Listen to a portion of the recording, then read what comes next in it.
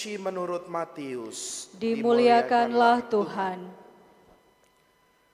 Sekali peristiwa, Yesus menyingkir ke daerah Tirus dan Sidon. Lalu datanglah perempuan Kanaan dari daerah itu dan berseru, "Kasihanilah aku ya Tuhan, putra Daud, karena anakku perempuan kerasukan setan dan sangat menderita." Tetapi Yesus sama sekali tidak menjawab. Lalu para murid datang dan meminta kepada Yesus, "Suruhlah ia pergi, sebab ia mengikuti kita sambil berteriak-teriak." Jawab Yesus, "Aku diutus hanya kepada domba-domba yang hilang dari umat Israel." Tetapi perempuan itu mendekat dan menyembah dia sambil berkata, "Tuhan, tolonglah aku." Yesus menjawab, "Tidak patut mengambil roti yang disediakan bagi anak-anak dan melemparkannya kepada anjing."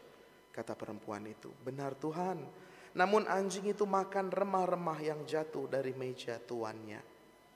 Lalu Yesus berkata kepadanya, "Hai ibu, besar imanmu, maka jadilah kepadamu seperti yang kau kehendaki." Seketika itu juga anaknya menjadi sembuh. Demikianlah sabda Tuhan. Terpujilah Kristus.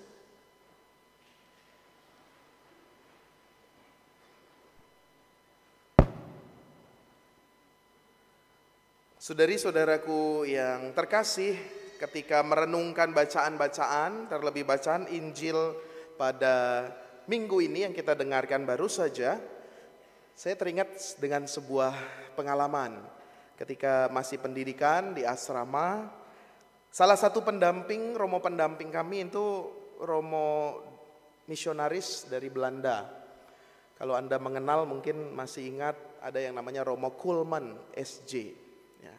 Orang Londo, orang Belanda, tahun 65 datang ke Indonesia dan sekarang sudah istirahat kekal di Girisonta di Ungaran. Sudah meninggal 2017 atau 2018, saya lupa. Pengalamannya begini, saudari-saudara, karena dia namanya juga orang Londo ya, orang Belanda, makannya itu roti dan keju.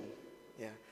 Kalau pagi dia makan roti dengan keju, lalu siang itu makan nasi.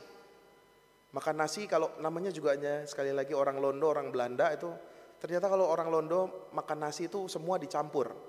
Mau nasi, mau kuahnya, mau lauknya, mau buahnya juga dicampur jadi satu. Ya. Lalu malam biasanya makan roti sama keju lagi. Tapi agak sedikit berbeda, dia rotinya dengan keju lalu dengan smoked beef. Wah, dia dengan smoked beef. Pokoknya roti, keju, smoked beef itu dia simpan di lemari es, di kulkas. Lalu kami sebelum kuliah biasanya sarapan pagi bersama Romo Kulman. Ya. Kalau dia tadi sarapannya roti, keju dengan smoked beef. Kalau kami yang frater-frater yang di asrama itu makannya pagi sarapannya sate. Sayur tempe, sayur terong, udah gitu terus sudah. Ya. Kelihatan kan bedanya udah Londo, di asrama aja masih dijajah gitu. Yang Londo makan smoked beef, keju, yang kita makan sayur tempe, sayur terong. Gitu. Tapi menariknya begini, ketika kami makan ada piring di meja itu di depan kami ada piring, isinya nasi, lalu tempe, terong gitu ya. Lalu kami biasanya frater-frater itu mendekat ke Romo Kulman ini. Ya. Lalu sambil mengais-ngais sedikit ya, "Romo Kulman, boleh bagi smoked beefnya kah?" gitu kan. Lalu dia bilang, "Apa kamu belum layak, kamu tidak layak mendapatkan smoked beef ini. Ya, ini khusus untuk Londo." Wah, ya oke, terima kasih Romo Kulman gitu. Kadang dikasih, kadang enggak. Lebih sering enggak dikasih ya. Lalu ketika kami lagi makan, lalu Romo Kulman itu berteriak memanggil, "Jonges, Jonges." Ya, Jonges itu kalau bahasa Belanda kayaknya artinya saudara-saudara, anak-anak gitu ya.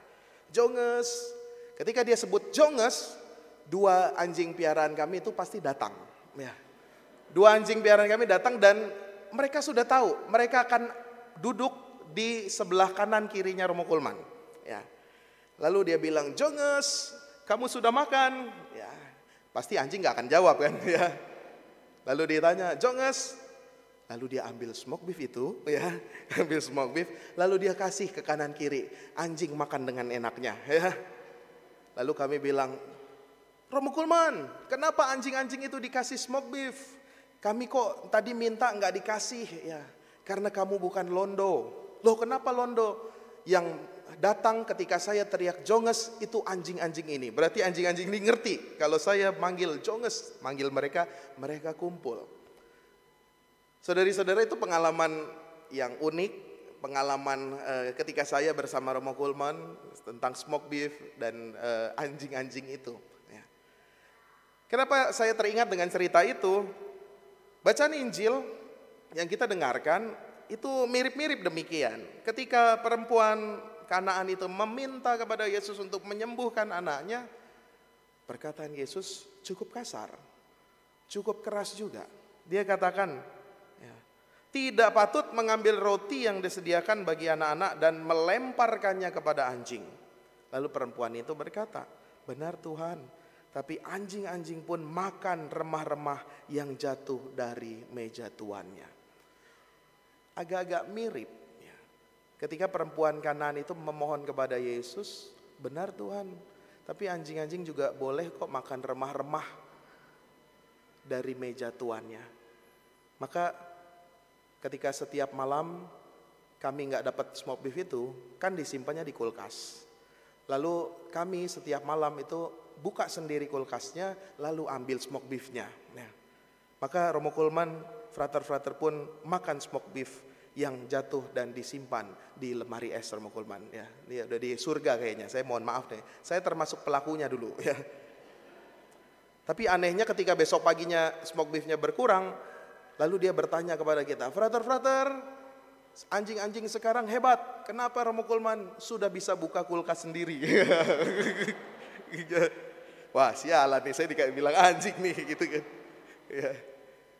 Tapi saudari-saudara, cerita ini sungguh kalau kita cermati dengan seksama, perempuan Kanaan ini sungguh luar biasa. Ketika dia dikatakan perempuan Kanaan, dia itu bukan bilangan umat pilihan, bukan umat bangsa Israel.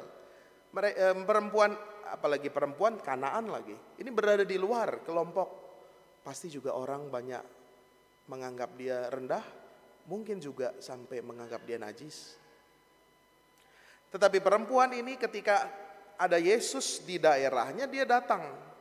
Langsung berteriak, kasihanilah aku ya Tuhan anak Daud. Itu sungguh luar biasa. Karena apa? Karena perempuannya sakit dan sangat menderita, mohon disembuhkan. Lalu dikatakan di sana, tetapi Yesus sama sekali tidak menjawab.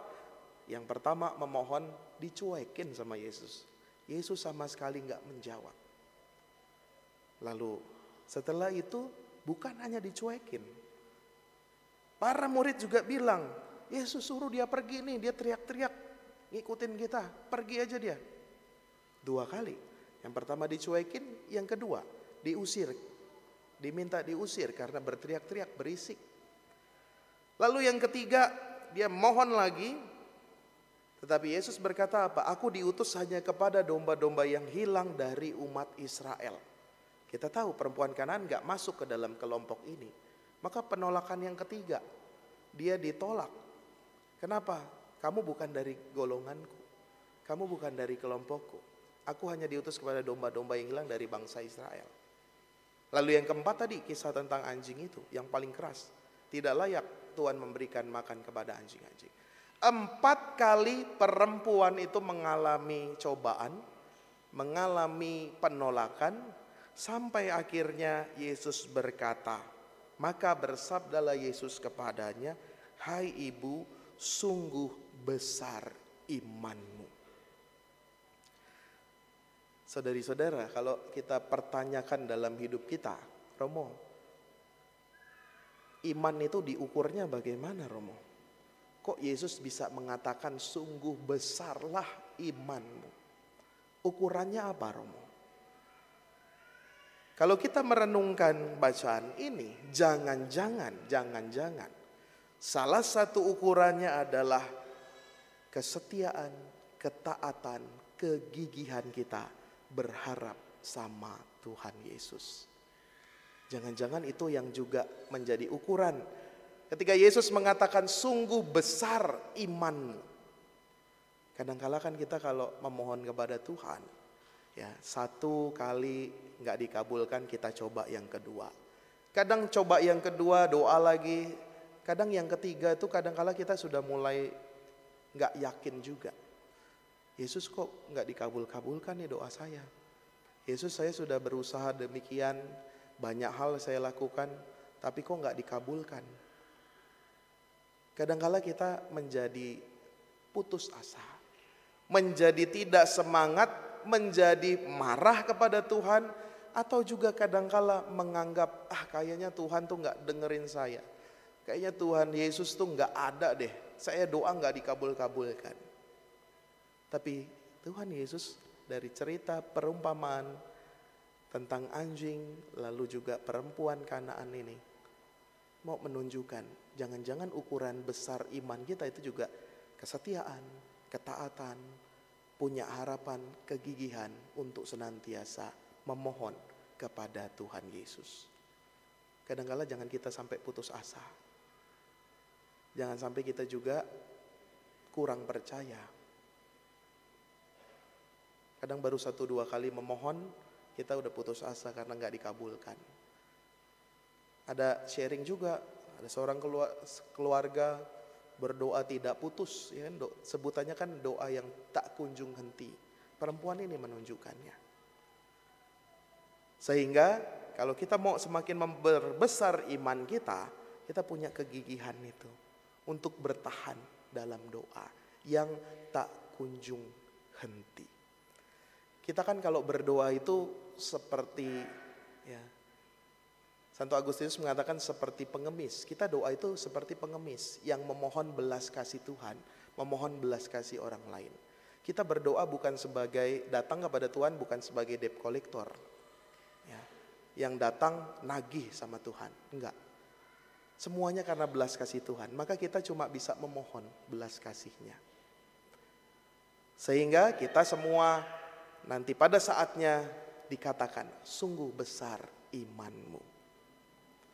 Lalu yang kedua adalah Bapak Ibu saudari-saudara, perempuan ini memohon punya harapan bukan untuk dirinya sendiri, tapi untuk anak perempuannya.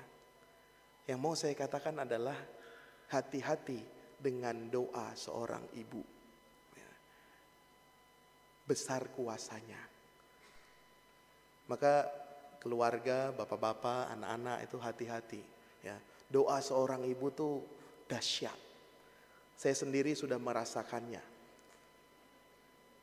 Contohnya apa? Kalau saya ketemu umat, ya, yang selalu bilang ke saya, Romo kami doakan, doa kami selalu, itu pasti kebanyakan ibu-ibu, suster, oma-oma tuh.